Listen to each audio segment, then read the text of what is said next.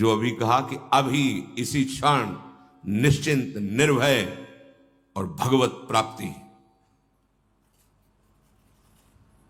अपने में क्षमता नहीं रह गई आत्मसमर्पण तक करने की, है नहीं कोई पावर, कोई योग्यता नहीं, पर हम अहम लिए ढोल रहे हैं, आम लिए ढोल रहे हैं। किसी ने एक महापुरुष से प्रश्न किया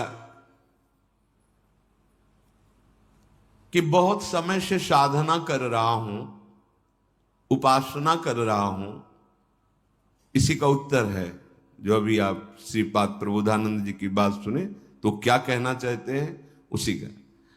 बहुत समय से उपासना कर रहा हूं, साधना कर रहा हूं, कोई भाव नहीं हमें समझ में आ रहा, हमारा कोई भाव या कोई प्रेम या कोई दिव्यता ऐसा कुछ अनुभव में नहीं आ रहा है।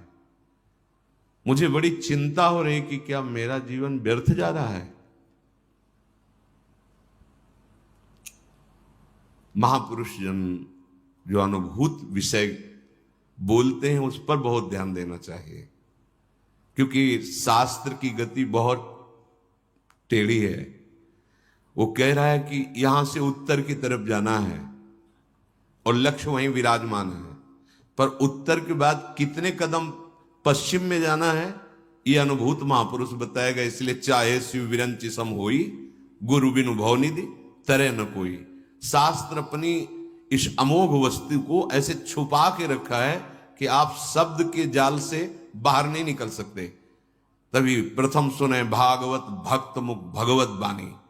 कोई भगवत प्रेमी महात्मा के मुख से सुने तो जहां शास्त्र इशारा कर रहा है वहां वो अनुभव करके बोल रहा है। इसीलिए संत संग के आगे न तीर्थ, न नियम, न स्वाध्याय, न यज्ञ, न तपस्या, इनको नहीं रखा गया है, उनके समान नहीं रखा गया है। क्योंकि संत संग जहां से इशारा हो रहा है शास्त्र का, वहां कूद करके उसका अनुभव करके बोलते हैं। प्रश्न हुआ कि बहुत साधना करने पर, बहुत समय से साधना करने पर ना हमें अनुभव हो रहा है कि हमारा कोई भाव बढ़ रहा है, ना अनुभव हो रहा है कि हमारी कोई दिव्यता, कोई ऐसी देवी संपदा, कोई उन्नति, और हमें बड़ी चिंता हो रही क्या हमारा साधन ठीक नहीं है क्या? क्या मतलब ये सत्य मार्ग ऐसा ही होता है क्या कि कुछ अनुभव में नहीं आ रहा, जब देखो तो वही कोई न कोई विकार, कोई न कोई। तो क्या आप हल हो सकता है? हमें तो बड़ी चिंता हो गई। अब बहुत ध्यान से सुनना उत्तर। भाई, तुम्हारा भाव बढ़ता है या नहीं बढ़ता, घटता है या मिटता है, ये सब जो तुम देख रहे हो, तो तुम्हें जिसे देखना चाहिए उसे देखने की बात ही नहीं है। तुम्हारा भाव घटता है कि बढ़ता है, ये तो भाव लगाने वाला जानेगा ना। तुम अपना भाव क्या जानो? वस्तु अपना भाव जानती है क्या? तुम वस्तु किन की हो? प्रियाजू की। ये अंदर की गूढ़ बातें हैं, अंदर की गूढ़ बातें, इनमें शब्दों में तुम नहीं समझ सकते। तुम्हारा भाव घट रहा है या बढ़ रहा है, ये कौन जानता है? खरीदने वाला। तुम तो वस्तु हो, वो क्या भाव लगा के खरीद रहा है ये वो जाने ना। तुम वस्तु हो किसकी? प्रियाजू की, लालजू की, प्रियालाल की। तुम्हारे मन में कैसे बात आ गई कि हमारा समय बर्बाद हो रहा है क्या? हमें चिंता हो रही कि हमारा भाव बढ़ रहा है कि नहीं बढ़ रहा है। बहुत सूक्ष्म विषय है। जिस दिन आपको लगे कि आपका भाव बढ़ रहा है, उस दिन रोना कि आपका भाव गिर गया, क्योंकि अहम आ गया, आपको अनुभव में आ गया। बड़े बड़े महापुरुषों को ये हित सजनी जो हैं वो कह रही, क्वाहम तुच्छा परम अधमः प्राण हो गर्ह कर्मा। कहा मैं तुच्छ, अधम, कहां अपराध करने वाला, और कहां ये राधा नाम। ये तो वृंदावन की महिमा है कि हमारे जैसे तुच्छ हृदय में राधा। कौन बोल रहे? जिनके अधीन श्यामा श्याम है। श्यामा जू के अधीन लाल जू, तो लाडली लाल अधीन हित जू के, हित सजनी जू के। हम क्या सोच रहे? हमारा भाव बहुत अभी विश्राम मिल जाएगा अगर ये बात समझ जाओगे। उपासक तो सिर्फ उपास्य देव को समर्पित हो चुका है और उसका एक ही केवल लक्ष्य है उपास्य देव का नाम जपना। वो कभी अपनी ओर नहीं देखता जो उपासक है। इतना अच्छा आनंद अनुभव हुआ इस बात के चिंतन से कि हम लोग कहां फंस जाते हैं, कैसे हम लोग शरणागत हैं कि अपनी शरणागति का विस्मरण करके हम अहम की धरा में विचरण करने लगते हैं। बिल्कुल बिल्कुल अक्षर अक्षर मान लेना, वृंदावन में बैठे हो निश्चिंत हो जाओगे, निश्चिंत। ये इसलिए बार बार पुलकन के साथ की जैसे स्वाद लेकर खाया गया हो, फिर तो होता है तुम चिंता न करो, हमने पा के देखा है, बहुत स्वास्थ्यवर्धक है और बहुत स्वादिष्ट है। अपनी ओर देखना, अपनी चिंता करना और समर्पण का भाव दिखाना, क्या ये नाटक या दंभ नहीं है? बहुत सुलझ कर यही हमारा जीवन है। जब से श्री जी की कृपा हुई, महादेव जी की कृपा से श्री जी, और जब श्री जी की कृपा हुई तब ये जीवन जागृत हुआ। ये पहले नहीं था। पहले था इंद्रियों को अधीन करके मन को निसंकल्प करके अपने स्वरूप में स्थित हो जाओ, बस दूसरा कोई सूत्र नहीं, कोई कृपा, कोई प्रार्थना, कोई रोना धोना, कुछ नहीं। ये मार्ग था। वो जब महादेव जी की कृपा से श्री जी के चरणों का आश्रय मिला तब वो है मोक्ष मार्ग। ये है मोक्ष को भी थुतकी कृत कर देने वाला प्रेम मार्ग। बहुत बहुत तुम अपनी चिंता करते हो, अपनी तरफ देखते हो और समर्पण का भाव भी कहते हो। क्या ये दंभ नहीं है, दिखावा नहीं? तुम समर्पित हो, तुम किसकी वस्तु हो, अब वो देखे। बहुत सुंदर। हां, तुम्हें बहुत लग रहा है ना कि तुम्हें अनुभव नहीं हो रहा, तो जांच के देखो तुम्हारी साधना क्या है। शास्त्रीय सिद्धांत के अनुसार साधना करो, हम तुम्हें सपोर्ट करते हैं, करो साधना। पर साधन करके कोई इस महान भव समुद्र से पार हुआ हो, साधन का मतलब तैर कर, असंभव असंभव। भगवान शंकराचार्य जी ने उत्तर दिया है कि इस महान संसार समुद्र से पार होने का हे करुणामय गुरुदेव क्या उपाय है? तो भगवान शंकराचार्य जी ने कहा, श्री विश्वेश्वर पादाम्बुज दीर्घ नौका। अद्वैत सिद्धांत के आचार्य गुरु कृपालो कृपया वदेत। कृपा करके गुरुदेव आद्य गुरु भगवान शंकराचार्य जी कहते हैं, श्री विश्वेश्वर पादाम्बुज दीर्घ नौका। इस संसार समुद्र से पार होने का उपाय एकमात्र विश्वेश्वर भगवान के चरणारविंद की नौका। ये बात करें अद्वैत सिद्धांत के आचार्य। प्रश्नोत्तरी में प्रश्न है कि इस असार संसार समुद्र से पार होने का सुदृढ़ उपाय क्या है? तो गुरु कृपालो कृपया वदेत, श्री विश्वेश्वर पादाम्बुज दीर्घ नौका। दीर्घ शब्द पूरा विश्व बैठ जाए तो भी खाली ही रहेगी, ऐसी नौका है हमारे विश्वेश्वर भगवान श्री हरि श्री हर, इनके चरणारविंद। यदि तुम तैरने में बहुत कुशल हो तो फिर तुम्हारा प्रश्न कैसे हुआ कि भाव नहीं बढ़ रहा, हमें कुछ लाभ नहीं मिला? इसका मतलब तुम अच्छे तैराक नहीं हो। और परिणाम में बता दें, इसमें अच्छे से अच्छे तैराक भी इस भव समुद्र को पार नहीं कर पाते, क्योंकि जिनका भव समुद्र वो कह रहे हैं, मामे वे प्रपद्यन्ते माया में ताम तरंतिते। एकमात्र मेरे चरणारविंद है जिनका तुम आश्रय ले लो तो भव समुद्र से पार हो जाओगे, नहीं तो दैवी हेसा गुणमयी मम माया दुरत्या। अब बात करते हैं तुम्हारे भाव बढ़ने की। तुम्हें नाव मिल गई है, नाव। श्री हरिवंश प्रताप से नाव मिल गई है। नाव क्या है? नाम। और इस नौका का खेवक कौन है? स्वयं आप, नामी, वही गुरुदेव हैं।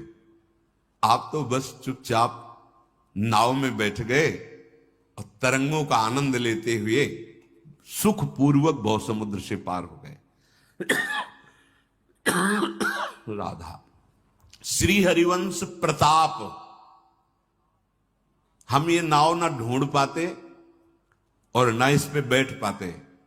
इसमें प्रताप उदय हुआ आचार्य देव का, गुरुदेव का, इष्ट देव का। वो मुझे घसीट के लाए भव समुद्र से और इस नाव का परिचय कराया, नाव में बैठा दिया। नाव क्या, पहले समझ लीजिए। नाम, नाम नौका। अगर आप नाम नहीं जप रहे तो आप नौका में नहीं बैठे हैं। नाम नौका और निजु खेवक। ये इस भव समुद्र के बहुत ही प्रवीण पार करने वाले केवट हैं सदगुरुदेव, आचार्य, आराध्य देव। जो नाम रूपी नौका में बैठा वही श्री हरिवंश प्रताप, जिसपे भगवत प्रताप उदय हुआ, वही इस नौका पे। नहीं, बहुत से अपने बाहुओं का बल रखने वाले कूद पड़े तैरने के लिए, और ब्रह्मा जी कहते हैं हमने बहुत ऊंचाई पर जाके भ्रष्ट होते देखा है, अर्थात डूबते देखा है। अब नाव में बैठने वाला अगर हाथ पैर चलावे और बार बार ये चिल्ला चिल्ला करके कहे इधर से नहीं इधर से ले चलो, हमें लगता है ये अच्छा मार्ग, फंसा मत देना, और तो नाविक क्या करेगा? नाव खड़ी करेगा। उतरो, तैर के जाओ, जाओ स्वयं तैर करके कूदो इसमें से, बाहर निकलो, चलो। जब तुम्हें इतना विश्वास नहीं है कि ये नाविक पार कर देगा, इतना विश्वास नहीं है कि ये बहुतों को पार कर दिया है, तो तुम बैठे क्यों नाव में? तैर के जाओ ना, जितेंद्रीय बनो, साधन चतुष्टय धारण करके ज्ञान के द्वारा इस भव समुद्र को पार करो। कोई बिरला जो निर्विघ्न पंथ, वो भी जो आचार्य स्वयं है, वो भी हरिवंश महाप्रभु चंद तो प्रेम के जैसे आचार्य, ऐसे अद्वैत ब्रह्म ज्ञान के आचार्य भगवान शंकर। और उनके ध्यान का विषय जानते हो क्या है? बड़ा गुप्त है। अपने सखाओं के साथ भगवान जो वन में बाल भोग पा रहे हैं ना, वो भगवान शंकर के ध्यान का विषय है, भगवान शंकराचार्य के ध्यान का विषय। स्वाध्याय में पढ़ा था। जब एकांत में होते थे तो बाल मुकुंद भगवान अपने सखाओं के साथ जो क्रीड़ा करते हुए, हाँ, वनभोज, वो भगवान शंकराचार्य के ध्यान का विषय। ये ज्ञान केवल बुद्धि को दौड़ा करके, परास्त करके और उसे भगवान में लगाने के लिए। बहुत बुद्धिमान होते, चलो वेदांत चल, भाग दौड़, और दौड़ के जब हार जाना तब बोलना जैसे सनकादि बोलते हैं, हरि शरणम हरि शरणम। सनकाद से बड़ा ज्ञानी है। बहुत सुंदर प्रसंग, अगर ये समझ जाओ तो बात है, निश्चिंतता आ जाएगी। नाव में बैठने का मतलब समझते हो? समर्पण। अगर तुम्हें अपने नाविक की सर्वज्ञता, सर्वसमर्थता और सुहृदता, इन तीन बातों पे विश्वास नहीं है तो कूद जाओ, तैरो तैरो। और इतना बाहुओं में बल होना चाहिए कि अथाह अगाध असीम अनंत, कई किलोमीटर नहीं है, अथाह अगाध असीम अनंत समुद्र है। जैसे भगवान अनंत, ऐसे उनकी माया अनंत। भगवान अनिर्वचनीय तो माया भी अनिर्वचनीय। कैसे पार हो गए? अच्छा, नौका में तो कोई शत्रु प्रहार कर दे जलचर जीव, ऐसी वो नौका नहीं है, पहुंच ही नहीं वहां तक। इतनी ऊंची विशाल सुदृढ़ नौका है। और तैरने चलोगे तो बड़े जलचर जीव हैं, हाँ, ऐसे एक बार में, एक झटके में ले जाए, तुम्हारा अस्तित्व खत्म कर दे, ऐसे ऐसे विकार, ऐसे ऐसे इस भव समुद्र में। तो मेरी बात मानो, नाव से उतरने की कल्पना भी मत कर लेना, क्योंकि बड़े भयावह जीव हैं, काम क्रोध लोभ मोह मद मत्सर ऐसे। अगर तुम्हें तनिक भी अहंकार है, अभी अपनी चिंता है, तो फिर शास्त्रीय वैराग्य धारण करो, विवेक उत्पन्न करो, मुमुक्षुता जागृत करो और तपस्या परायण रहो। बैठो 12 घंटे पद्मासन लगा करके प्राणवायु का संशोधन कर। 12 मिनट तो बैठ नहीं सकते ऐसे ऐसे ऐसे ऐसे। और बात हमको ऊंचाई चाहिए। तुम हो कौन? अभी तुम कौन हो? किस ऊंचाई को प्राप्त करना चाहते हो? बस अच्छे से अंदर से समझना। जब तुम्हें नाव में बैठने का अवसर मिल गया तो अब तुम्हें अपनी चिंता नहीं करनी। तुम अपनी चिंता करने वाले होते कौन हो? कितनी कितनी मस्त एकदम हृदय में शीतलता प्रदान करने। तुम होते कौन हो चिंता करने वाले? तुमने अपने आप को प्रभु की शरण में दे दिया है। हमने बहुत पाप किए हैं, बहुत नीच हूं, बहुत दुष्ट हूं। तो 2 बातें आप समझ लो। आपिचेत सुदुराचारो या कोटि विप्रबद लागे जाहू, या जो नर हो चराचर द्रोही आवे सभे शरण तक मोही। इतने बड़े तो नहीं हो ना, तुम बुराई में भी इतने बड़े नहीं हो। जो नर होए चराचर द्रोही, अभी जानते नहीं चराचर कितना है तो द्रोह किससे कर पाओगे। कोटि विप्र बदला गए जाहू और अपी चेत सुदुराचारो। घबरा क्यों रहे हो? चिंता क्यों कर रहे हो? अब तुम नाव पे बैठ गए हो, भगवद आश्रित हो गए हो। तुम आज से अपने आप को अपने आराध्य देव के चरणों में पूरा का पूरा समर्पित कर दो। छोड़ दो अपना भार उनके ऊपर। ये तर्क वितर्क वाली बातें नहीं है। तर्क वितर्क तो फिर वेदांत से बात करना। ये बैठने की बात है, विश्राम की बात है।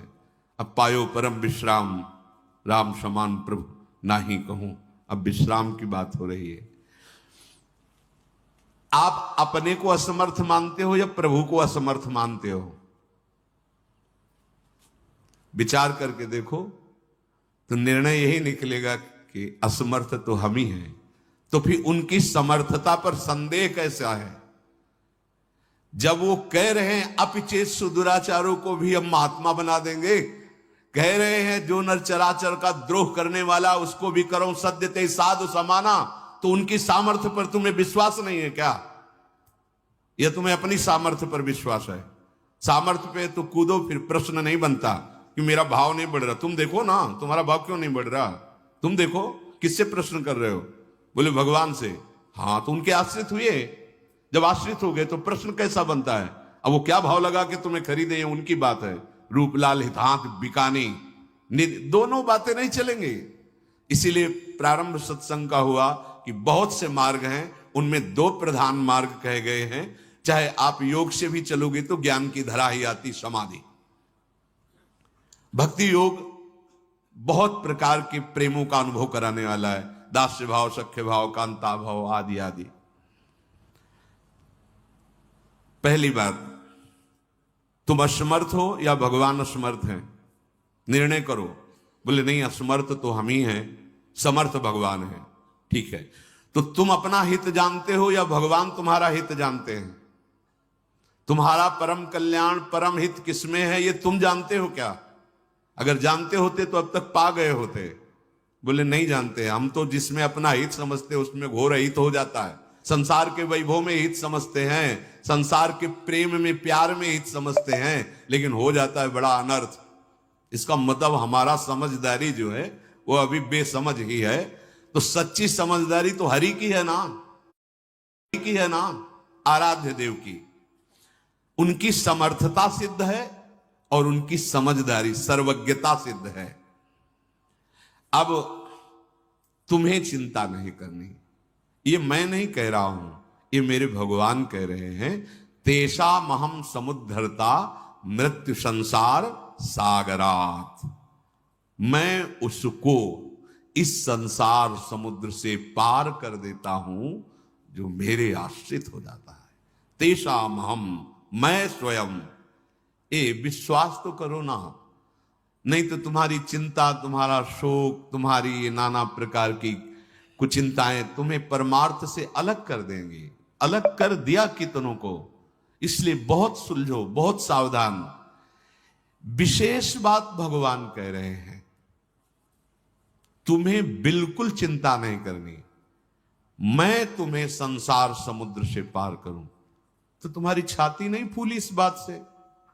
कोई एक साधारण पदाधिकारी कह दे कि आज से कभी भी फोन कर लेना, तो फूले फूले घूमोगे, 50 लोगों से बताओगे कि हमारा वो मित्र बन गए हैं और वो कह रहे थे कभी यार, तो अब यार क्या चिंता, वो तो अमुक पदाधिकारी हैं, फोन करेंगे। पता नहीं वो फोन दोबारा जिंदगी में उठाए कि ना उठाए, वो तुम्हें पहचाने कि ना पहचाने, पर हमारे भगवान सत्य संकल्प हैं। कभी भगवान के वचन झूठे नहीं होते, कभी नहीं। भगवान कह रहे तेषा, तेषा किसको? जिसने मेरा भरोसा लेकर मेरे को आत्मसमर्पण कर दिया है।